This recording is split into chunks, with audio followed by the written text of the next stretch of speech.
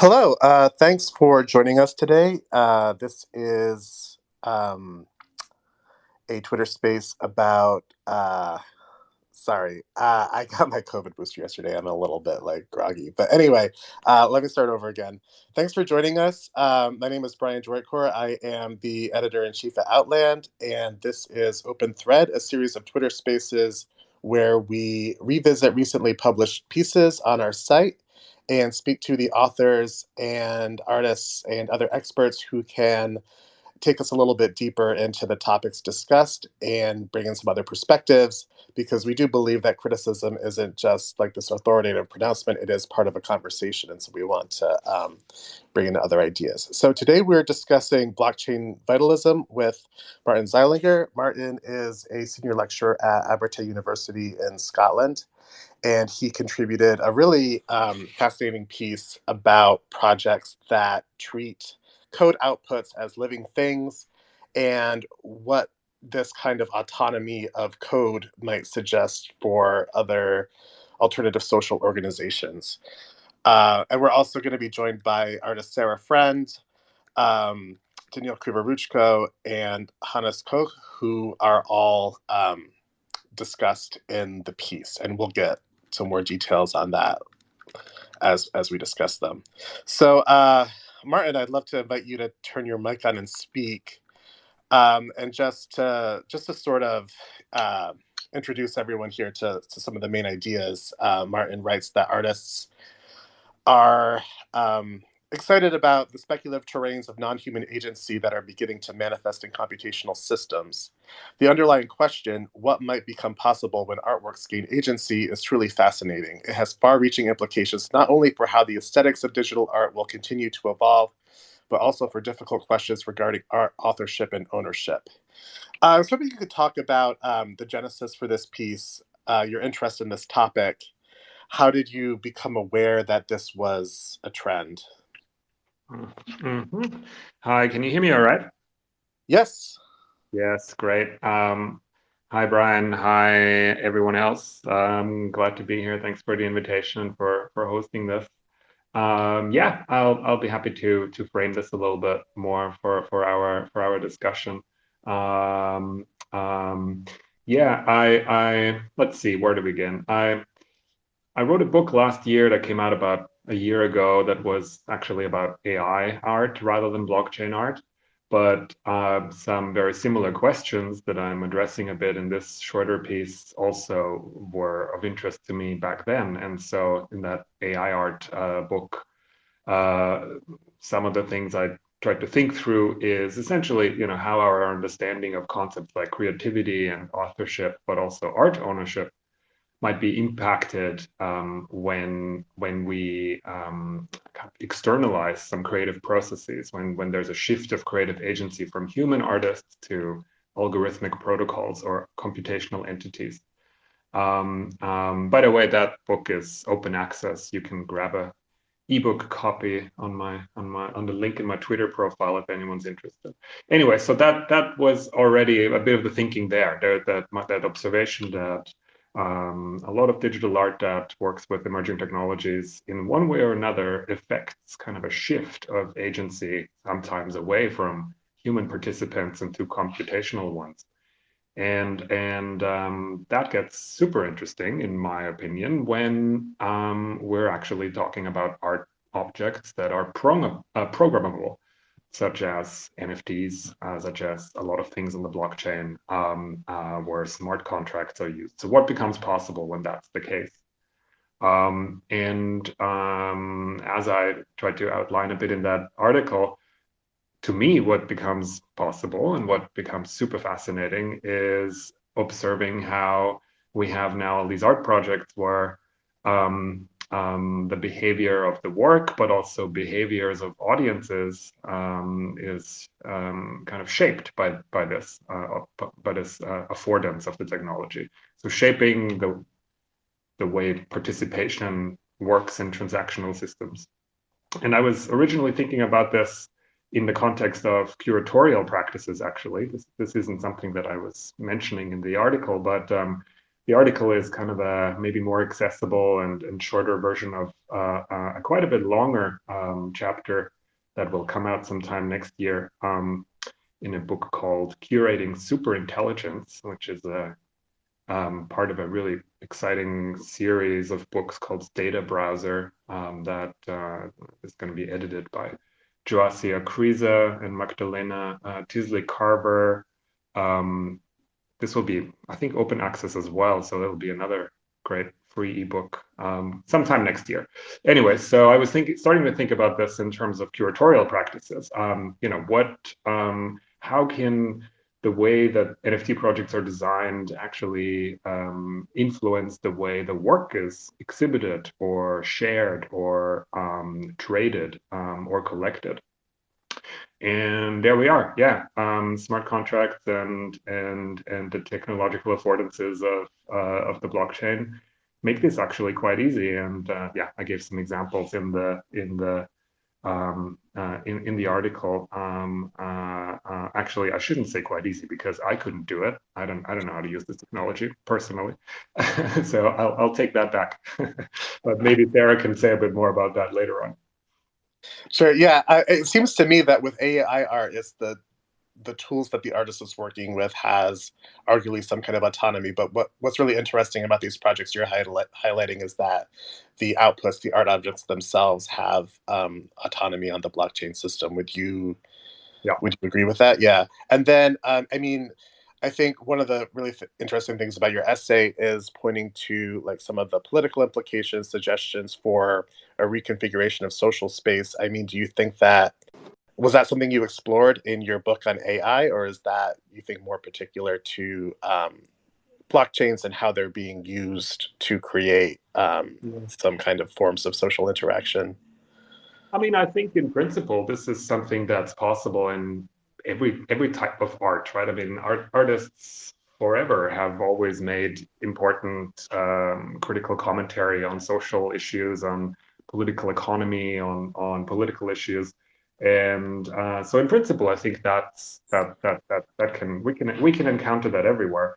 And in my AI art book, it had a lot to do with intellectual property and copyright issues, right? Like, where maybe you can create situations as an AI artist where you could meaningfully claim that the work that you've created actually is completely, it's beyond and outside of your control. You can no longer really, control is maybe the best word, how the work proliferates or reshapes itself or circulates. And again, that is something that self-governing behaviors of NFT artworks can achieve as well. Hmm. Great. I wanted to turn to Daniil and Hannes, who collaborated on Life in Our Mind, released by og.art. It is a project that the NFTs evolve over time as the collector holds them, and there's a sort of some interesting mechanisms to think about, like the lifespan of the NFT and how it sort of lives, quote unquote, in the collector's wallet. And so I think what Martin was talking about in terms of artwork shaping interactions, creating frameworks for social behavior is really relevant, not only to um, Life in Our Mind, but also some of your previous projects. So, Hannes, you're part of Random International, a studio that I'd say is best known for the Rain Room installation, which is this controlled experience of weather where you're sort of walking through and the rain is coming down around you. Um, and Daniil, you previously worked with OG Art on OG Crystals, a collaboration with Michael Jew, where the NFT represents a crystal that develops new formations each time it's traded.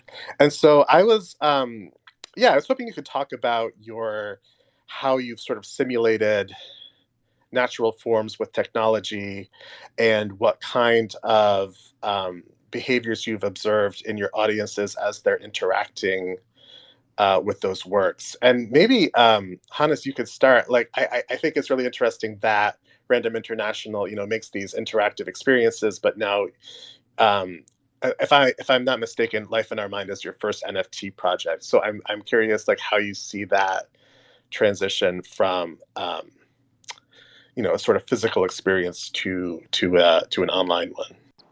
Hi, everyone. Thanks so much for joining us this morning. We're just waiting a few minutes for our speakers to jump in. Hang tight. We'll get started in just a few. Oh, hello. Yes, thank you. Thank you for starting this entire discourse. I read Martin's commentary and the essay with great interest, and I can't wait to download the book. I think those are exactly the questions that bother us, that keep us awake at night, but not at all for us related to art, but related to ourselves, to humans. Like what happens if stuff that surrounds us becomes sentient? And I think that's the sort of driving, the underlying I think intention of our artistic production, to develop an instinctive landscape and a feeling for how we as humans respond to quasi sentient environments, and then ultimately probably actually sentient counterparts, different kinds of intelligence that we live with and that we're creating. And I think this is, and it's been, I think, to keep it short, but I think Life in Our Minds is a sort of pre-stage. I think we would love to produce something that almost lives up to Martin's question. I think but as artists, we are not anywhere near that. That we would never say we produce AI art. The algorithms are pretty basic. That we're using for the flocking, they're still based on 80s experiments, but they hold up in the sense for us, they hold up in that they trigger our human need to recognize something as being alive through movement. And I think that's what we're exploring here, because that from gradually probably, and then faster later down the line, maybe not too late, our surroundings will develop that sort of, or seem to be on track to develop some sort of sentience. And then we have to answer all these questions and many more that Martin is asking for real, not in a sort of isolated art context, not how a sculpture feels about being a sculpture, but maybe how a work unit, how does that feel about being sentient, or a car being a car, or human body parts and what have you not. And I think that those are the questions that we're investigating with this, or sort of trying to gauge with this, from a fairly playful aesthetic perspective. And I think that's in some one way or the other, that's probably fair to say for all of our work, how we as humans respond to digital, whether it's sentient or not, how we respond to that impact. And I think our first exploration of NFTs has just really opened up a whole new level of possibilities to study that, to interact with a much larger community, to interact with to have this dialogue on a much broader level.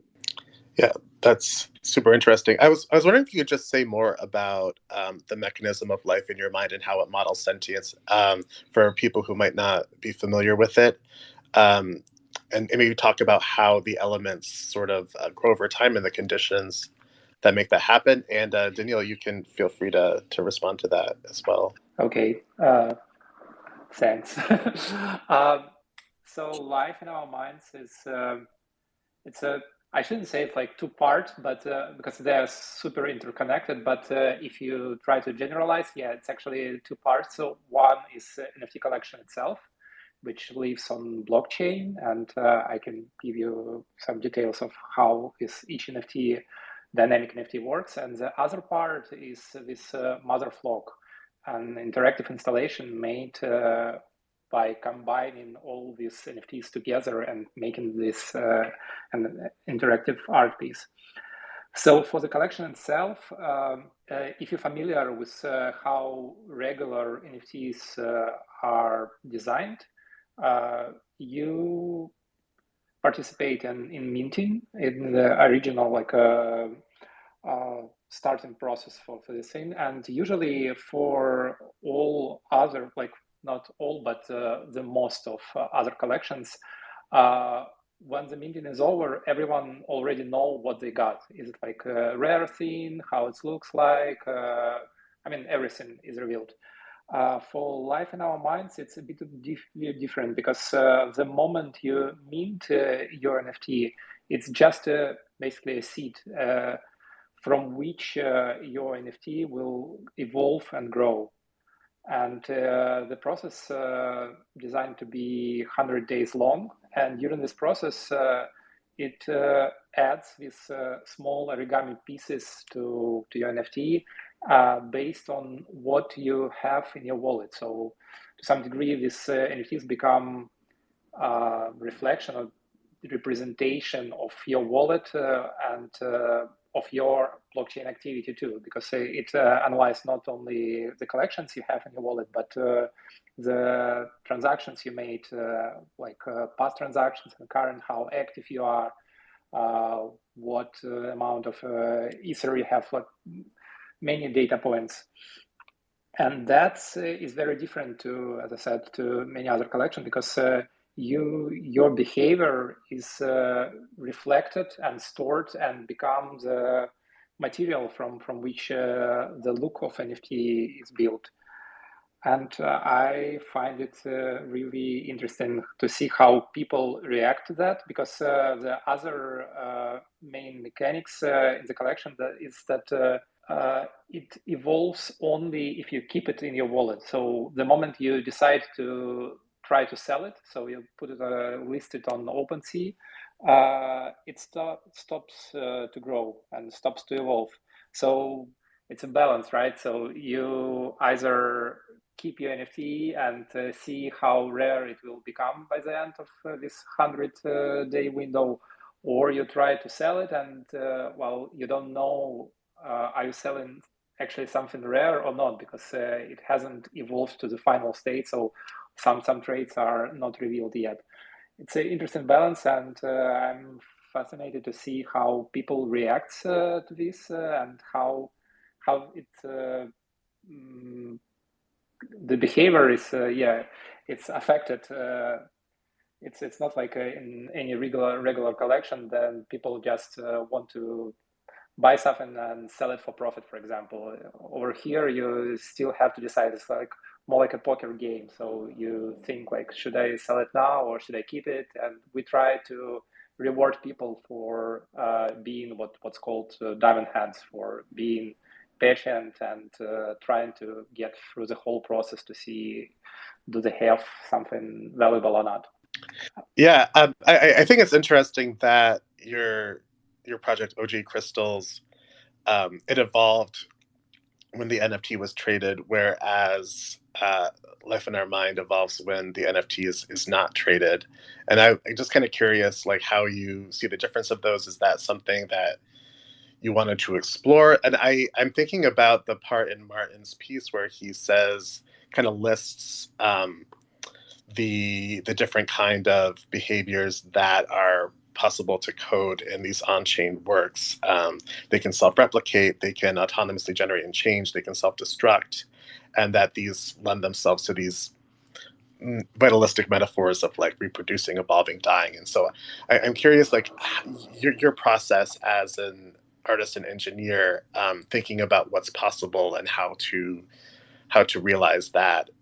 Is that, do you kind of start by looking at what you can do and thinking of forms to express that? Is there another way you approach these projects? Well, sure, there is limitations in the technology itself, and I try to work around the limitations and include them. So each collection has the mechanics that is integrated and uses blockchain so deeply that well, it couldn't be created without blockchain, right? Because if you decide to do it with other medium, not dynamic NFT, it will be completely different story, and the mechanics will be different, and interactions will be different. And when you think about what is possible on a blockchain, it's actually right now not much, right? So you have access to history of transactions for each wallet, and that gives you like some dynamic qualities, like how often people, this person, like owner of this wallet, trades, and what he or she or they prefer to trade. And there is only that. So you have this access to blockchain, so you can see what happened before and what happens now, and that should be your input data and for your generative algorithm. So for you're right that approaches are, well, they are similar, but go in different directions. OG crystals were all about you have to sell something or buy something to make this NFT evolve, or for Life in Our Minds, it's different. You have to keep it to let it evolve. Why? Well, I was interested to explore different behaviors because the response to OGCR was enormous. We have like 50,000 people in Discord discussing how can they make this like get the special trades. They created small groups like trading crystals between in the groups, and obviously they had to communicate somehow, so it created a lot of like micro communities within bigger communities. So it was really interesting, but the problem was you have to very actively participate, because if you just buy your NFT and do nothing, it means it will always remain in this initial seed state. So people had to do a lot of things, and the problem was back then evolution of GCR happened. The gas price was on historically highest from all time, and it meant people have to spend a lot of money just to let their crystals to evolve, which well, it was part of the game. No one predicted that we will be in this kind of market when we designed the mechanics, but that what how it worked back in, it was like end of 2021. So for, and there was upsides for that because people had to invest the resources, but because of that they were super emotionally invested in the results. So now for this Life in Our Mind collection, we decided to explore different things. So what if you can get evolution without basically any effort, but if you decide to actually participate, you can get even more. So it's rewards both sides, like being passive and being active in different ways. But and it's interesting because it's like experiment on how people will they accept the rules, how they will interact with the rules, will they try to break it, find something, work around, or cheat. So it's really interesting to see how, because you what you do with mechanics, you actually create small set of rules and invite people to play. If they find the results and process interesting, well, you have a successful collection. If not, well, I hope I will never experience that, but I see that happens. So you design something and people find it boring and just don't show up, and that's a flop. Yeah.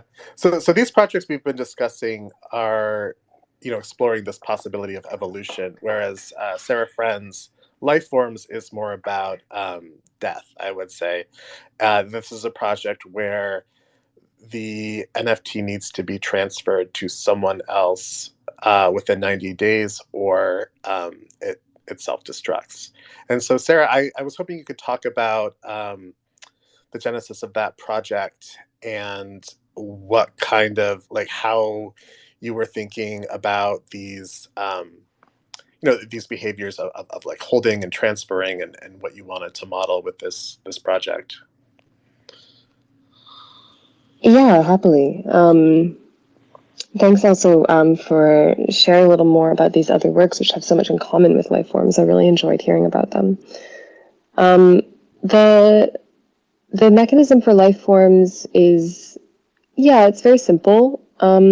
Its origin point was really similar to what Martin was writing about in the article, sort of rethinking ownership itself, and flipping it to become an active process, which it so often is already in the non-NFT world, where we own things that we are actually more like the custodians or carers of.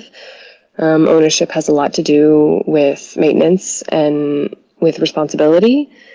So it was these layers of ownership that I was thinking about, and the life forms. I don't share this part very often, but I was actually incubating this idea since 2019 or so. That's when I wrote the first grant proposal to get some funds to build the project. And back then it was called the gift economy. So ideas change as you sort of care for them. And so I'm also, and have also been very interested in subversive economic mechanisms. The NFT space is a market, as we all know and love, quite an accelerated one, a very transparent one. There's a lot that's good about that potentially, but it's hardly the only way that humans enter into economic relationships with one another. And I was interested in seeing if I could do something else with that technology economically. Okay. I was also thinking about how, this isn't your first project where you have used some NFTs to shape interactions among holders. And there was Auth, where the tokens were sort of like a ticket into a community where people are working together to solve a puzzle. And so I'm kind of curious how you see the difference between those two. I was also wondering, like, what the biological metaphors of life forms make possible that couldn't happen with Auth. And it's really interesting to hear you say that initially, like, you weren't really thinking about it in those vitalistic terms. It was more about like the gift economy and social structures. So yeah, I guess I'm curious when those metaphors came into the project, and how you understand, like the different ways in which these projects are shaping interactions. Yeah, for sure. So Lifeforms and Off are, I think, of sister projects in a way. They were both launched in the same year. And they're both NFTs that in some fundamental way don't work unless they are given away or shared. Both need to be collaborative activities. And they both also have this layer where the NFT exists. It is an NFT edition, but there's also sort of this meta layer where it's a system of interactions that is unownable. In terms of when the life metaphor came in to life forms, it's a really good question. I mean, it flows pretty naturally out of thinking about ownership as an act of care. I mean, there are many contexts where this comes up that are not caring for living things, but one I think we're all probably quite familiar with is looking after a pet. For example, we use the word have, like I own a dog, I have a dog. Like legally speaking, he is my property. But of course, he's also an autonomous being with his own needs, wants, and desires. So I think that that's probably the origin point for it. Or like a plant, you know? But there are all kinds of non-living property that we care for. For example, if you own a house, quite a big burden of care. I think the stereotypical example is a boat. Okay, anyway. And I've worked this metaphor through life forms a lot, actually. So when life forms go to a gallery, the gallery signs a adoption agreement, which is a printed contract that's often like hung on the wall near the installation. And it's actually modeled off of the adoption contract that I signed when I adopted my dog. So it's like there's a lot of parallels between those things. Yeah, but I also felt like it was important that life forms be abstract. I think I've felt often with my work like there's a tension, and Martin and I have talked about this before as well, between wanting to create something game-like, but wanting to resist the ways that you could make like just another dopamine feeder. And so I think to make the life forms too easily personified, for example, maybe they have like eyes and a face, would be to step too close to the dopamine dispenser than I want my work to be. Mm-hmm. Yeah. I think what you're saying about this idea of care, I mean, I think it parallels what Hannes and Daniil are thinking about with Life in Our Mind. And it also makes me think that with NFTs, the experience of the work is so rooted in holding it or this ownership. And so, I mean, something that I kind of, struggle with as a writer or editor is like, how do you really like understand these works if you don't hold them yourself? And so, Martin, I was curious if you have any experience with the works you're writing about directly as a participant or a collector, or how you work with that observation. And I'd also like to say that at this point, we're a little more than halfway through. If anyone listening has a question, please raise your hand, and we can bring you on to speak directly to the other speakers. Yeah, thanks for that question. And Sarah, thanks for sharing all these additional really interesting bits of about your project. I love that particular about the adoption contract or agreement and how that found its way into the project. That's beautiful.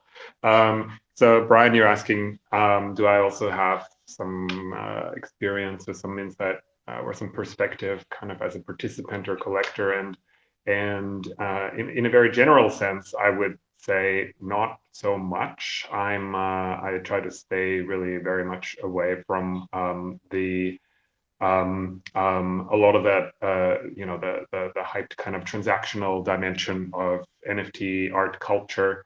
However, I will admit and will say that I do have two life forms in my care currently. But I really think these are the only kinds of NFT art projects that I'm interested in holding and participating in, because they make such a fascinating intervention in that asset logic and speculative logic of a lot of the projects. And so that's why I wanted to, that's why I'm really interested in participating in these kinds of projects. But then, of course, what's fascinating about life forms is the way in which you might end up having one of them in your care. It isn't necessarily the case that you have to go out and mint them and undertake this act of appropriation where you create the entity and then you kind of own it. But instead, they can be given to you, and that's exactly how I got one of the life forms. It was passed on to me from somebody. What Sarah said earlier about this kind of social experiment and game-like aspect of the project, that's also something that fascinates me a lot. And so when I was given one of the life forms, I thought, all right, how can I take this really seriously, and how can I really enact my commitment to caring for this life form? And I thought that, why don't I do that by, creating a sibling for the life form that I have. And then when both of them come to the end of their life cycle and it's time to pass them on, I will commit myself to trying to find somebody who might also be willing to do something like that again, and not just, have it in the wallet and then send it on, but help them maybe proliferate rather than just stay alive. So that's my own private little social experiment around Sarah's wonderful project. And I have to say, one of the only direct participant kind of experiences that I could share any info on. Yeah. That's really interesting, because I have wondered with life forms, like what kind of forms can this care take beyond, maybe setting a calendar alert reminding you to transfer it before it dies. But that idea of creating a sibling for it, something to keep it company, is really nice.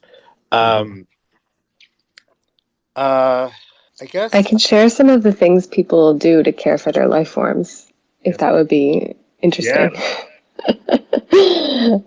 So a lot of life forms have names. People name the life forms.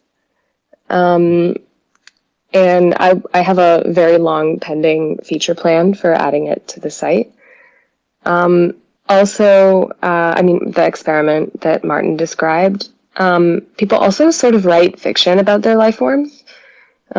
So on Twitter, they'll describe, what they've been doing with their life form, like going for walks, eating ice cream with my life form. One of the most interesting engagements with a life form, workers co-op in Canada, I'm friends with a number of folks there, has taken a life form and they've embedded it in their company matrix server.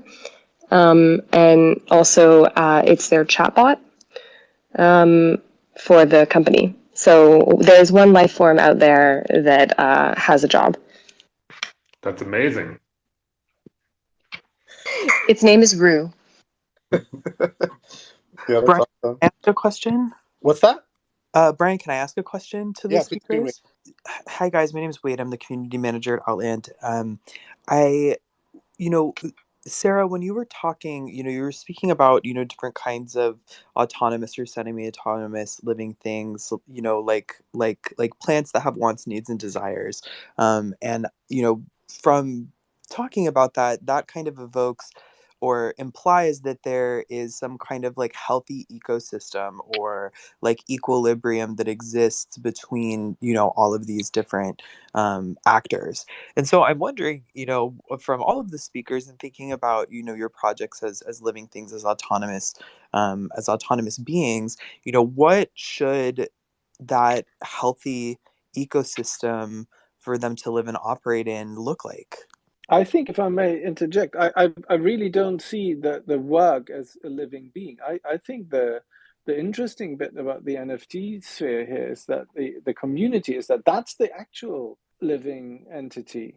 That's where you see like actual at this point anyway, you see actual forms of emerging behavior of community flocking of actual real people manifesting in, and that is then expressed through individual interactions with property or swapping or holding something or selling or through the market.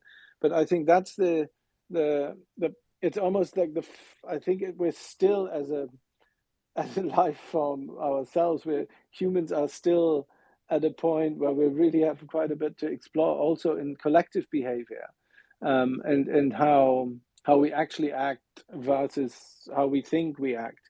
how our self-image is dissonant from our actions in the real world, and all these sort of topics. And I think that's what and I think with random we find fascinating with this sphere. It's a really, really interesting material actually to create with, to work with. And that, you know, when these lines between creation and co-creation are blurred, and not so much an entity creating like an artificial, like AI art, like an entity creating art or something, but when the creative process is democratized, distributed, what happens then when you see you know, and when you see a creative act executed by collective behavior? I think that's quite an in itself. That's for us anyway. That's sort of where we take a breath and rest in for the time being. I think versus.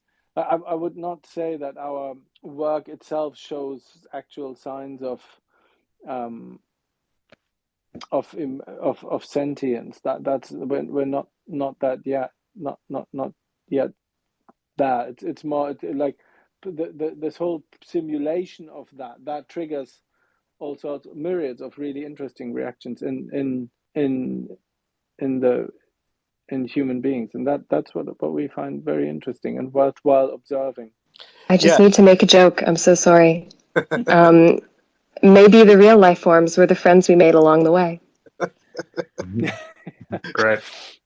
Yeah. I kind of I think that's really well put. And I think that is, that really ties into the point Martin was making in the article that, these may not be living things, but these metaphors help suggest other kinds of social interactions and configurations. And Danielle, you were speaking earlier about like the reception of these projects, but I am kind of curious hearing Sarah talk about how people have interpreted life forms. If you know of any anecdotes about what people have done with their crystals or their life in our mind tokens, is anyone sort of treating these more like pets or friends or workers? Well, for OG crystals, I had many conversations with community members, obviously, like direct ones. And some of them thought that if you've seen the crystals, there are two like types of them. One are more rigid as like real crystals. The other one look more like corals. And some persons suggested that it's like conspiracy theory. They said like, oh, I understand what you're doing here. All these corals are modeled to look like some animals. And I was like, well, no, not really, but it's just how our minds work. So we try to see an abstract form and put a name on it. But they tried to convince me there is something there that I wasn't designed to be. And but for the names, yes, it's really interesting that people, because as I said, they were so invested in the crystals, they actually give them names, saying, well, that's like we had this a few very famous crystals within the community. And they actually like community gave names to these things because one looked like a broccoli, the other one looked like a duck, and so they have had like nicknames for some crystals. That's probably, does it answer the question? Yeah, thank you. That's really fun. Thinking about this piece also made me think about art projects that involve actual living things like plants, and artists who do things like establish community gardens as a way of fostering engagement and shaping social interactions in a community. I know this is a direction that like Hito Steyerl has gone in the last 5 years or so, and then there's older examples of this like Bonnie Orashirk's A Living Library. And so I'm curious if any of you have looked to those or thought about that or thought about any analogies between what you're doing in digital or virtual environments and these actual living gardens. Can I maybe jump in? I mean, obviously, I'm not doing anything in that regard as an artist, as a practitioner, but from the perspective of an critic or an art theorist, I think there's totally similarities, absolutely. Also for artists who work with live animals as well, or more on a bacterial level. And I mean, the way I think about these interactions and connections is always as kind of entanglements, and to me that makes it easier to frame this kind of work as work that really takes this idea of non-human agency seriously without having to commit myself to believing that there can be like a sentient artwork or anything like that, right? But there can be degrees of agency, and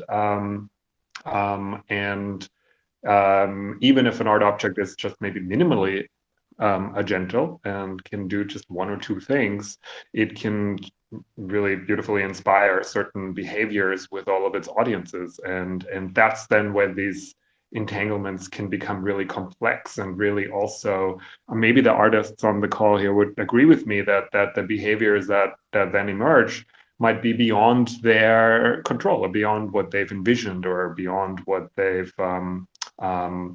maybe even tried to design for. And that's a really great place of vulnerability that you then put yourself in with regard to the afterlife of your work. That takes, I think, a lot of guts. 100%. I think that's it's, and also I think spinning this a little bit further, we've experimented with actual human material. We've done we've prototyped it for the first time in Munich this summer with visually pretty underwhelming results, but we've done a human algorithm in the sense that we've given a bunch of people the same rules that our flocking algorithm uses, and then ask them to perform according to it, and that's been quite a weird starting point, because the result, albeit performed by humans, is some form of not superhuman agency, but it's something different. Definitely, it's something that none of the individual participants would have probably chosen to be part of it, to perform. And I think that's a place where you really, I think, as an artist, open yourself up to mayhem and your work running havoc, and but it's also really it's terrifying and super interesting to see what happens when things in your work start to collectively produce emerging results, behaviors that you can't and have designed and chosen not to control. That's a very weird space, and very like we're only at the very early beginning of that.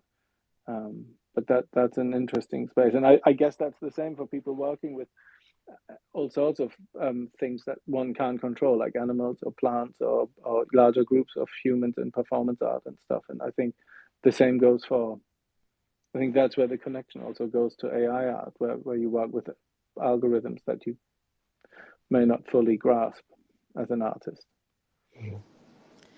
Okay, so I just want og.art, who commissioned Life in Our Mind, is gonna speak. Sorry for jumping in like this. My name is Asia. I'm chief of content in og.art, and I just wanted to share a little comment that I felt might be relevant to this conversation about the connection between digital and live worlds, because I remember that our 3D printed 3D crystals are now, two of them actually, are now planted under the sea near the Hawaiian coast by the Megalab scientists. And they want to see what grows on these crystals. They hope that some coral polyps might grow on them, and they want to study this process. So this is also another way to connect this crypto digital world to physical one. Just wanted to say that. Thank you. It's funny that actually it went full circle. So the collection was inspired by real life organic forms and non-organic crystals. And so we create a digital representation of the things, and then it got back to real world as 3D printed object, and then these 3D printed objects are placed within actual biome of what inspired this collection. So it's went full circle. Yeah, it's really interesting to see how they will interact with real life ancestors. And may I add a bit about the connection between real life things and the digital entities we create? So first, I don't actually see that much of difference, because the real life forms are to some degree just like tiny robots, tiny machines. It's more about how complex things we can simulate right now, but it's more about like having enough hardware to simulate actual life being in being like fully digital. And the other thing I want to say about this connection is og.art platform, this dynamic NFT platform, has couple collections in work. So it's probably a bit early to announce that, but both of them are about living beings. So one closer to plant world, other closer to animal world, with a lot of interesting mechanics about like mutations, DNA, inheritance, and all the stuff. So we are getting there from from non-organic digital pieces to digital organic. I don't know how it's how to even call it, but it will be on og.art platform too very soon.